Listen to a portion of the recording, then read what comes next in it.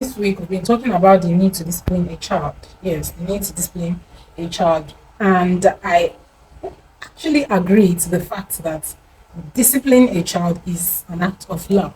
Yes, because this is you preparing them for the real world, for the world they are in. So how do you prepare them if you do not show them how this is how the world works? The world is the world thrives on a reward and punishment system, and that is why we have the justice system. So there, but then for parents, it's really that struggle with knowing how exactly to administer, yes, administer the consequences, the appropriate consequence for the appropriate age. Also remember that every consequence must be age appropriate. Yes, every consequence must be age appropriate. You don't use the wrong you don't administer the wrong consequence to the wrong age. So it must be age appropriate. So the first rule to administering consequences is the immediacy rule. This rule states that for children that are within the age of 3 to 6, make sure you do it right away. Make sure you administer the consequence right away. You don't wait for later. So when a child does something, a child that is within between the ages 3 to 6 does something wrong, make sure that you are telling them this is wrong and this is the consequence you get for doing this, and make sure you're doing it immediately. Because if a child not commits a crime, if a child behaves badly or does something or breaks the rule in the house or in class, in school, and they do that in the morning, and you decide to administer the consequence in the evening, it will be difficult for their brain to link these two actions, because they are wondering what's happened and why am I having this. So even if you try to bring their mind to it, it's not going to be easy to do. The next one is the logical connection, meaning make it match. So what this rule is about is that you make sure that the consequence you're administering again, the consequence you are taking out, or the consequence you are putting out for a child, that's the punishment for a particular um for a particular action, wrong action, whatever, bad behavior. Make sure that it matches the action. So you don't take a consequence that does not relate to the action or does not relate to the bad behavior and put it together with the bad behavior. For example, if a child should, maybe a child, the rule says after playing with your toys, take them out, and the child does not take them out. What do? You don't say because you refuse to take out your toy, no screen time. No. Rather, what you say is because you refuse to take out your toy, you can't use the toy again. Yes. Another example is if they spill it, they should wipe it. So if your child spills water, some water here, make sure they wipe it. You don't say, oh, because you spilled water here, you're not going to have your lunch. Yes, that's far. Because you spilled water here, I'm not going to let you play with your toys. No. Make sure it connects. Or I'm not going to let you watch the TV. No. Make sure it connects. You can also use the screen time, when screen time, taking away screen time as a consequence if the action relates, yes, to the screen time. Another implementation guide you could use also is the consistency over intensity, like the name sounds. Make sure you're not that parent who carries out a consequence because you are angry. How do I explain this one?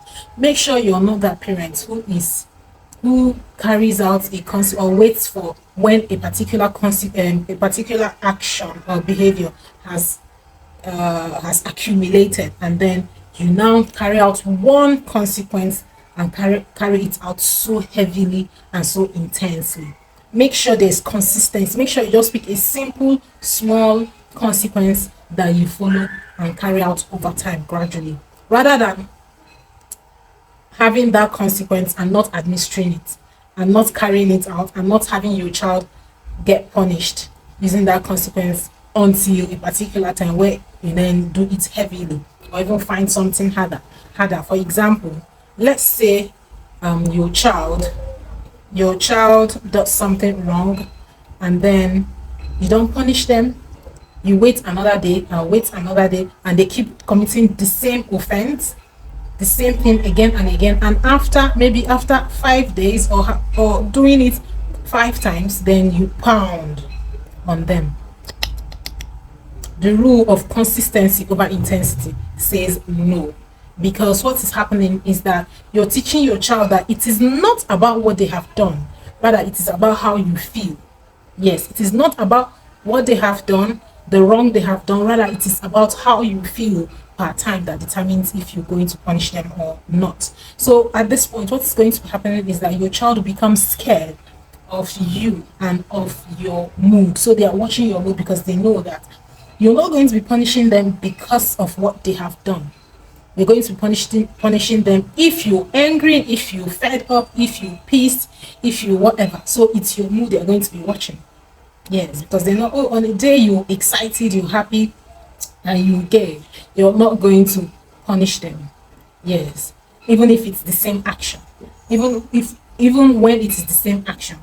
But on the day you're angry, they know that okay, you're going to carry this out on them and you're going to be mad. And this particular rule is very common. It's something that happens very common amongst parents in Nigeria, because if you okay, you've done it the first time, I leave you. The second time, I leave you. Wait for the third time. When it happens again, then you see. Now the child is also counting alongside, and also knows that it's not what they have done that you're punishing. It's not what they have done that you're against. Rather, it is your mood that is determining the consequence. That is determining the punishment they get. Now, this is more like a bonus.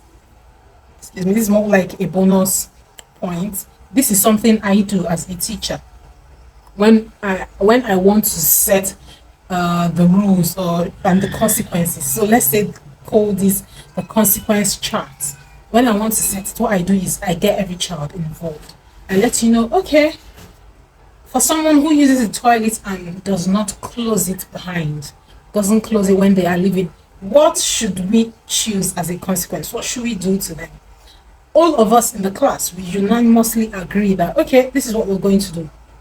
And what this does is that it helps them, follow the rule because they know they set these rules themselves. And also for me, in my opinion, it helps them remember because they know. In fact, some of them they're usually the ones who say yes, this should be the rule, and then they say that. And some others are usually quiet, And when you say, okay, what do you think? They don't have any other thing to say. They just agree, and they are careful because they know that okay, I contributed to building this justice system, so I must make sure I follow with the rules that guides this classroom. So with these few points of mine, I hope I've been able to convince you and not to confuse you that your child needs discipline. Your child needs to be disciplined, and discipline is an act of love to your child. And that it's not about not disciplining your child, it's about making sure you have the appropriate discipline for each misbehavior. Not just that, but that you also have the age appropriate consequence, age appropriate discipline, age appropriate punishment for every child. So I hope you enjoyed this. See you next time. Bye.